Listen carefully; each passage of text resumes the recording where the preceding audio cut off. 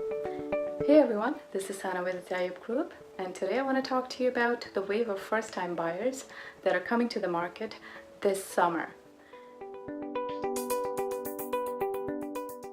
According to a study by Move.com, 60% of these buyers are considering buying a fixer-upper, and a good 95% of them believe that by remodeling or investing money in renovation will add to the value of their new home. Realtor.com cites two reasons for this. One is the shortage of inventory for homes that cater to the entry-level price range, and second is the rising home prices across the country. Now, the most common remodeling project is that of a kitchen renovation, which can range anywhere from $20,000 all the way up to $60,000 and more, depending on the extent of the renovations. And this isn't a new trend by any means.